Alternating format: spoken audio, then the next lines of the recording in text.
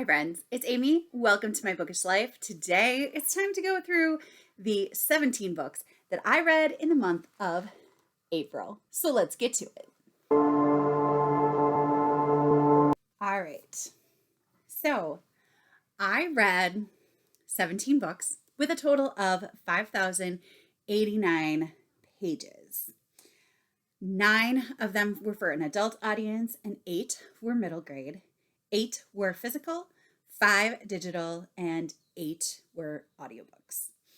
14 of these books were fiction and 3 of them were nonfiction. 11 are from my own library and 6 were borrowed in some way, shape, or form. On average, I read 299 pages per book, 170 pages per day, and gave an average rating of 4.23 stars. My star ratings this month ranged from 3.5 stars to 5 stars. It was a really, really good month. The first book that I finished was Camp Cacophony by Jessica Khoury. This is the prequel to the Mistwick School of Musicraft that I read during middle grade March. It's just a really short novella, and it has the main character Amelia at a sports camp where music is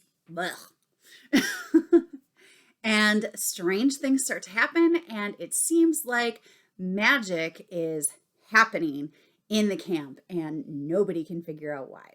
So just a really cute, quick little novella. And I really liked it. Not as much as I liked the actual Mistwick School of Musicraft, but it was cute. It was really cute. The next book that I finished was This Is Not a Drill by K.A. Holt. This book is written using mixed media. Ava is a middle schooler and she forgets to charge her phone. And as the school day progresses, something happens and the school goes on lockdown. Thinking that it's a drill, everybody's kind of blasé about it, but it turns out it's not a drill. And she ends up hiding in the art room with a bunch of 6th graders who she calls babies. They're not that much younger than her. It's a little bit intense. It's kind of scary. It's pretty imaginative. I was a little bit disappointed in how it kind of ended, but I really liked the journey getting there. So definitely recommend This Is Not a Drill. It was a good one. The next one that I finished was Just Right, Jillian by Nicole Collier. This was an ARC that I had from NetGalley. So Jillian's class is incubating some eggs to hatch. And there is this whole parallel between the chicks developing and growing and Jillian developing and coming out of her shell, so to speak, because she's so shy.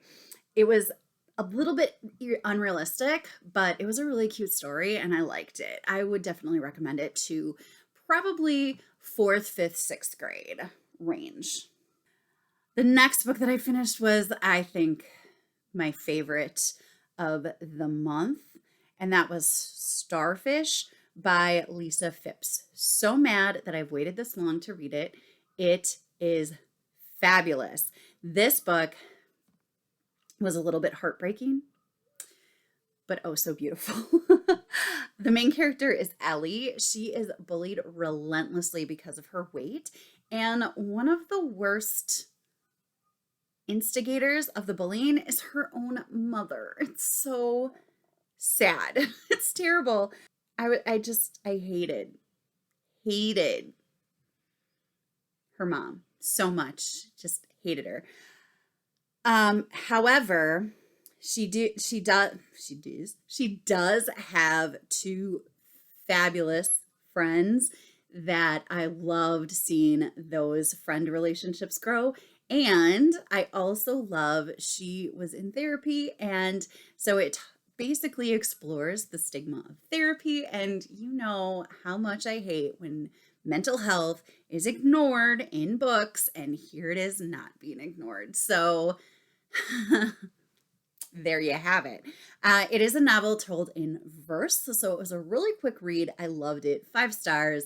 Absolutely, positively one of my favorite middle grades of the year. For sure. For sure. One of my favorite middle grades of the year. One quote that I really loved in it is, good books make you think, make you rethink how you see yourself, others, and the world. And it is so true. So, so true. Loved it. The next book that I finished was A Beautiful, Terrible Thing by Jen Waite. This is a memoir of Jen's life. She finds a suspicious email in her husband's email account, and it sends her on this whirlwind to discover all of these secrets that her husband has been keeping from her. And it is very creepy. It read like a psychological thriller. There wasn't any murder in it. However, there was definitely manipulation of emotions and things like that. And that can be really scary. I really did like seeing this perspective. I thought it was really interesting. It was for book club. I saw people and things that I knew in what she was talking about. And she used a dual timeline narrative as she was telling it. So it just read like a novel. And I kind of loved that. So it definitely is a book that has triggers in it, but it is a good perspective to see. And I did like it. So I did like the book. Every time I remembered that it was a true story, I was creeped out, but it was good. The next book that I finished was a graphic novel, Scout is Not a Band Kid by Jade Armstrong. Scout is a girl that loves this web cartoonist author, and she wants to meet her. She finds out that this author, this cartoonist, is coming to a festival not too far away, but she knows her parents won't let her go. However, the band at her school is going to perform at this festival. She realizes that if she joins a band, she will get to go to this festival. So she fudges a little bit about how much she knows about musical instruments, and she finds her way in as a trombone player. This book had really great illustrations. It was really cute, and it had a really engaging storyline. I really, really liked it. It was cute. That was also an ARC that I had from NetGalley. The next book that I finished was When You Trap a Tiger by Keller. And I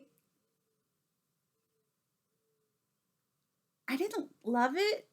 I didn't hate it. I liked it. It was a good story. We have Lily, her sister, and her mom moved to live with their grandma. I'm not 100% sure on how to pronounce the word that they used for grandma, but it sounds like harmony. Like people think that she says harmony when she's saying it. Lily begins to see a tiger, like randomly.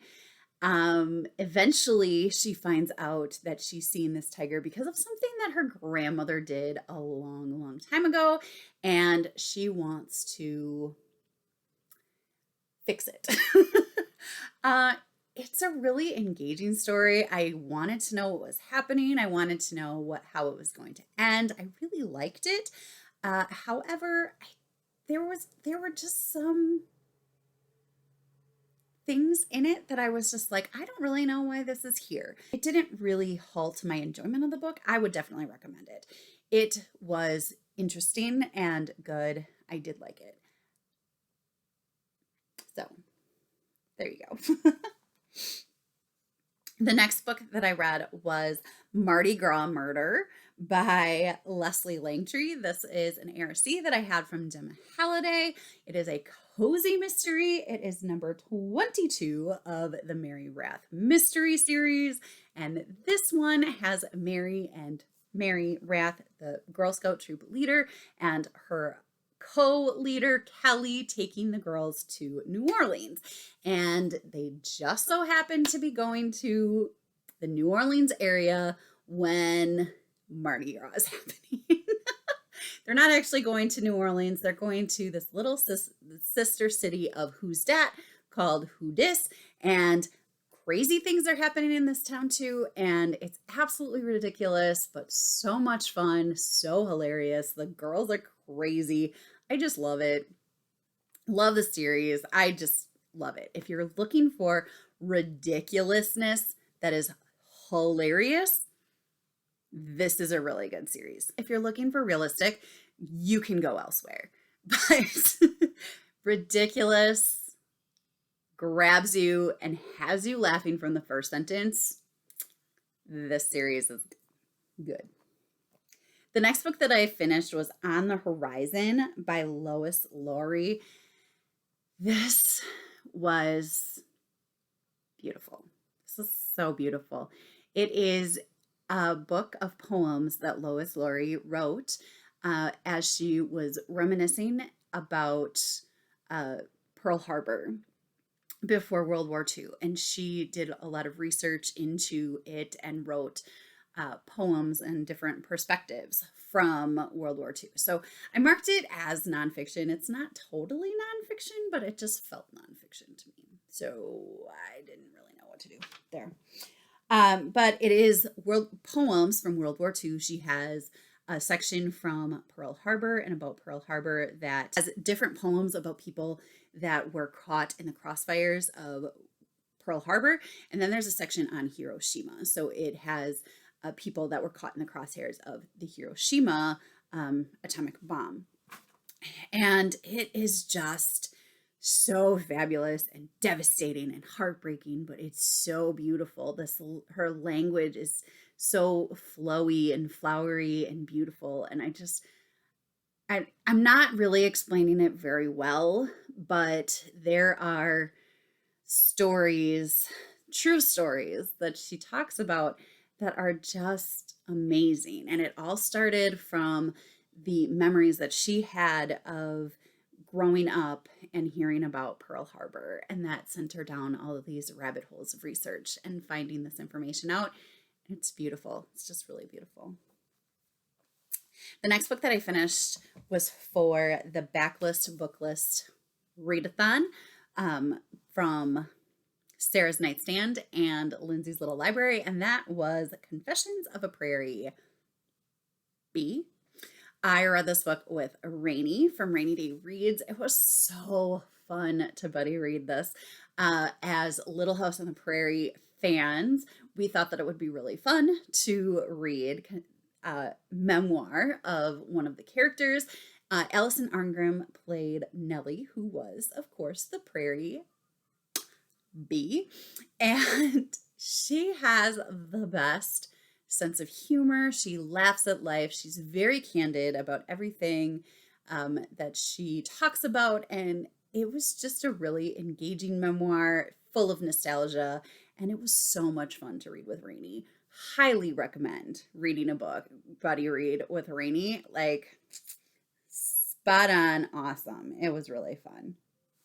Confessions of a Prairie Bee was under the pink cover prompt for the Backlist Backlist Readathon. And then the next book that I read for the Backlist Backlist Readathon was The Art of French Kissing by Kristen Harmel. This was for favorite author, and this was really funny. It was entertaining. I really liked it. It's very different to read a Kristen Harmel where it wasn't steeped in historical research. However, it was steeped in a lot of information that she had as somebody who has lived in France. So the main character here is Emma, and she's blindsided one night by her fiance, who says, by the way, I think that maybe we just shouldn't get married. He's very nonchalant about it. It's so crazy. Then right away, she's laid off from her job. It's terrible. And is desperate to move on. As she is searching and searching and soul searching, she realizes that maybe the best thing for her to do is to move back home. But she gets in touch with one of her good friends who happens to live in Paris, happens to be in a similar job venture as Emma, and invites her to come to Paris to fill a temporary place that they have on hand. So she does. She moves to Paris, like on a whim, which is so fun, and I love it. I love the descriptions of Paris in this book. It's just great. She is a PR manager for a musician. He's an absolute nightmare to work with. He's just terrible at not causing trouble. So she's constantly trying to cover up all of his mistakes. And it's just really fun. I really liked it. The next book that I finished is The Guernsey Literary and Potato Peel Pie Society. This by Mary Ann Schaefer and Annie Barrows. This was also for the Booklist Backlist Readathon. It was Collecting Dust, 5-star prediction, and script on the cover. I don't know who doesn't know of this book, but it is an epistolary novel told completely through letters of a girl named Juliet who is doing research for a story, and she ends up corresponding with Dawsey, who lives on Guernsey. All of the people in Guernsey start corresponding with her because of this interaction with Dawsey, and it's really cute. She ends up going there, and I still have not rewatched the movie, but I'm kind of excited to do that. In the correspondences between Juliet and Dawsey, there's this whole mystery of Elizabeth, who is talked about very often on the island, and nobody really knows what happened to her during the war, and it's just this big mystery, and that's part of the reason that she continues digging. It was a lot of fun. I really liked it. So those are the 3 books that I read for the Booklist Backlist Readathon. It was a great week. I loved it. It was amazing. And yeah, hope they do that again. The next book that I finished was The Reckoning at Gossamer Pond by Jamie Jo Wright. This book was recommended by Krista at Books and Jams. I love historical mysteries, and it's told with a dual timeline. I love dual timeline. I'm such a sucker for a dual timeline. I just loved it. In the present, we have Annalise, who inherits a trailer from a man when he just is dead one day, and she doesn't understand why she has inherited it. So she's going through all of these clues, trying to figure it out. It's this big mystery. In the past, we have Libby, and Libby receives an obituary in the mail before the actual death takes place. Mystery starts to unfold between the past and the present. There's all of these different things going on in the past that she finds evidence of in the future, and it's just a lot of fun. Also, it's pretty intense, and it's a little bit gruesome, more gruesome than I was expecting it to be, but definitely not overwhelmingly gruesome. I definitely would recommend it. It was very enticing. The next book that I finished also was, influenced by Krista from Books and Jam, was Dear Mrs. Bird by A.J. Pierce. This was Krista's book club pick for the month of April. It was so fun. I loved it. Unfortunately, it was only one timeline, but that's okay. World War II historical fiction. Emmeline gets an assistant position at this, at what she thinks is the news station, but it turns out it's it's a women's publication. So she feels that that's really frou-frou and not really what she wanted. She wanted to be a real journalist. Okay. Her goal someday is to be a real journalist. So she was quite upset by the mix-up that she had. She is the assistant to the one that answers the advice column, and there's all these crazy rules for what the advice columnist will and will not answer questions for, and Emmeline decides that she's a little too harsh and decides to start answering the questions herself, and it can cause a lot of issues, should we say. I really liked it. It gives you the Devil Wears Prada vibes because Mrs. Bird is crazy and ridiculous. But I really liked the characters. I thought they worked so well together. There is a sequel that I am looking forward to reading at some point. I'm hoping to listen to it. I currently have it on hold at my library, so hopefully soon. Hopefully soon. All right, the next book that I finished was Big Little Lies by Liane Moriarty. This is my first Liane Moriarty. I don't think it'll be my last. I didn't love it, but I certainly didn't hate it, and I was certainly intrigued the whole way through. I read this for the Buzzword challenge because this in April it was Big or Little, and this has Big and Little in it. So it works kind of perfectly. We have Madeline, Celeste, and Jane. They are kindergarten moms, and there are issues going on in the kindergarten class. And it's just a big parent gossip fest. It's kind of crazy, but also believable. It starts out with a big thing that takes place at a school fundraiser, and then it kind of shuffles back. It's kind of mysterious in a way, and I did enjoy that. This reporter is interviewing different people, so it has snippets of interviews that the reporter has done with all these kindergarten parents who are just like giving their opinions of what's happening and what happened on the night, even though you don't actually know what happened that night yet. So that was it was really intriguing because it just left these little like snippets of things for you to try to figure out. And I did like that. It wasn't super mind-blowing, and there was so many triggers in this book that were a little bit hard to read. And that was kind of threw me off of my enjoyment, but I did want to know what was happening the whole time. I was propulsed through the story. I constantly wanted to know where it was going to go next, and I really appreciated that. So I liked it, but I didn't love it. The next book that I finished was A Crummy Way to Die by Georgiana Daniels. This I received as an ngARC from Georgiana Daniels. It is the third in the Casey Crum Cozy Mystery series. Casey is new to this town called Beaver Bluff in the first book, and in this book, she's kind of immersed herself in her life at Beaver Bluff. She is kind of stripped herself out of the Hollywood big city vibes. She isn't really enjoying where she is, what she's doing.